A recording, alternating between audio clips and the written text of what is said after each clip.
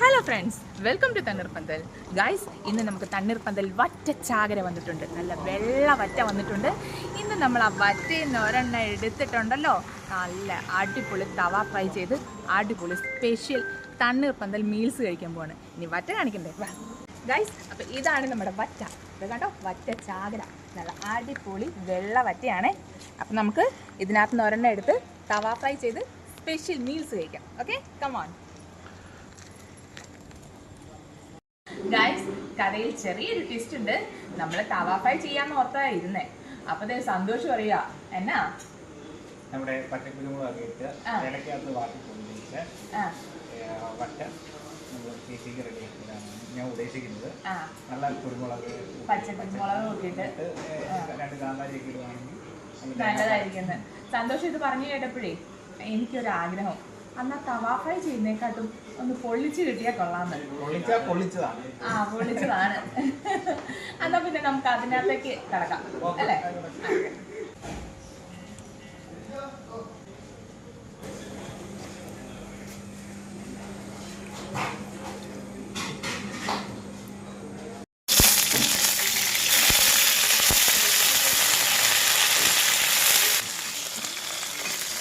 മേലേക്ക് പച്ചക്കൂട്ടിനെ അങ്ങോട്ട് ഇട്ട് കൊടുക്കാം അല്ലേ? അതെ നല്ല ടൈറ്റ്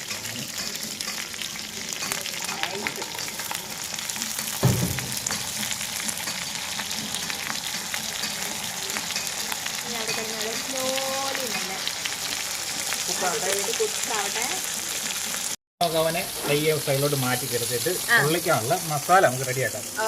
ഈ തവയിൽ തന്നെയാണ് നമ്മൾ മസാല റെഡിയാക്കുന്നത്. ഒന്ന് ഈ എണ്ണയ്ക്കകത്തോട്ട് ഫ്രൈ ഇട്ട് കൊടുക്കാതെ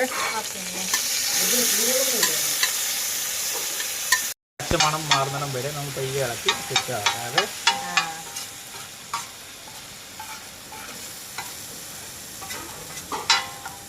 അഞ്ചേച്ചി ഇതിനു മുന്നേ ഇത് കഴിച്ചിട്ടുണ്ടോ? ഇതിനു മുന്നേ ഇത് കഴിച്ചിട്ടില്ല. ഇല്ല, നമുക്ക് ആദ്യമായിട്ട് നമുക്ക് കഴിക്കാതെ.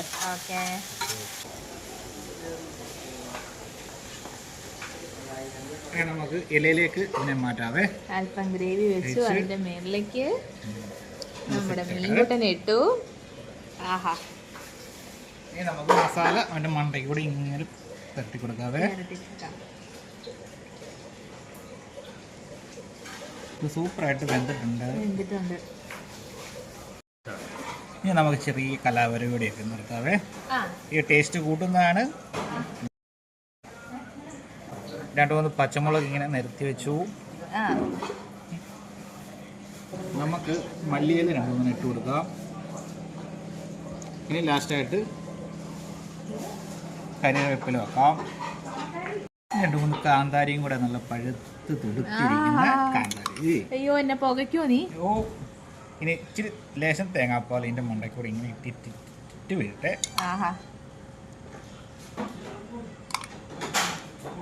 ഇങ്ങനെ എണ്ണയ്ക്കകത്ത് കിടന്ന് പൊള്ളിച്ച് വരുമ്പോൾ വാഴയിലയുടെ ഫ്ലേവർ ഒക്കെ ഇറങ്ങുമ്പോൾ സെറ്റാണ്. നമുക്ക് പൊള്ളിക്കാൻ വേണ്ടി തവയിലോട്ട് വെച്ച് കൊടുക്കാതെ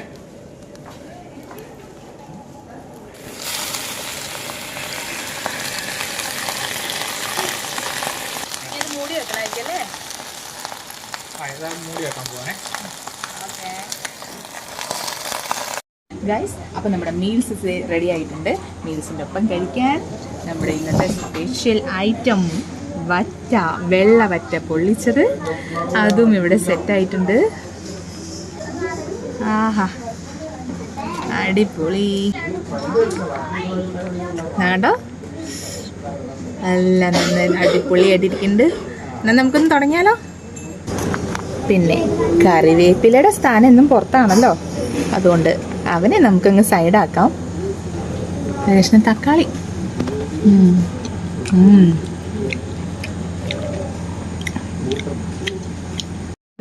പിന്നെ നമ്മുടെ മീൽസിലാണെങ്കിൽ ഇതെന്തൊക്കെ കറിയുണ്ടെന്ന് നോക്കൂ.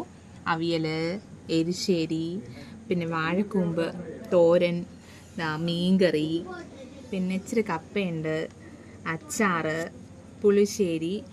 പുളിശ്ശേരി ഞാൻ എടുത്തില്ല, എനിക്ക് പച്ചമൂരി കൂട്ടി കഴിക്കാനാണ് ഇഷ്ടം. അതുകൊണ്ട് ഇച്ചിരി പച്ചമൂരി ഞാനിപ്പോൾ എടുത്തിട്ടുള്ളൂ. പിന്നെ പുളിശ്ശേരി സാമ്പാറൊക്കെ ഉണ്ട് കേട്ടോ. പിന്നെ നല്ല ഒരു കുഞ്ഞുണ്ട് ചമ്മന്തി, കൊണ്ടാട്ടം മുളക്, അതൊക്കെയുണ്ട്. അപ്പം നമുക്കെന്നാ സ്റ്റാർട്ട് ചെയ്താലോ നമ്മുടെ മീൽസ്. കമോൺ. നല്ല ചൂടാണ് ഗൈസ്.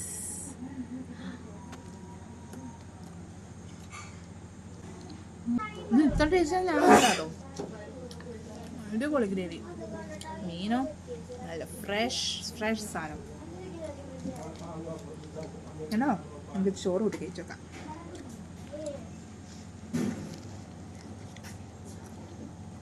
ചമ്മന്തിയൊക്കെ എടുത്ത്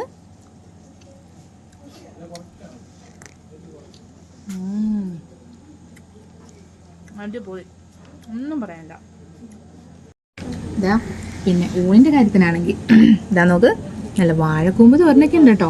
നമുക്ക് ഓരോ ദിവസവും ഓരോ ഇതുപോലെ നാടൻ ഐറ്റംസ് എന്തെങ്കിലുമൊക്കെ കാണും ഊണിന്. പിന്നെ അവിയലുണ്ട്, എരിശ്ശേരി, മത്തങ്ങയും പയറും പിന്നെ ചേനയൊക്കെ ഇട്ടുള്ള എരിശ്ശേരി അതുണ്ട്.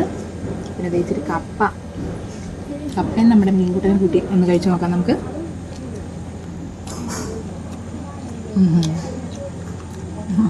അടിപൊളി, ഒന്നും പറയാനില്ല.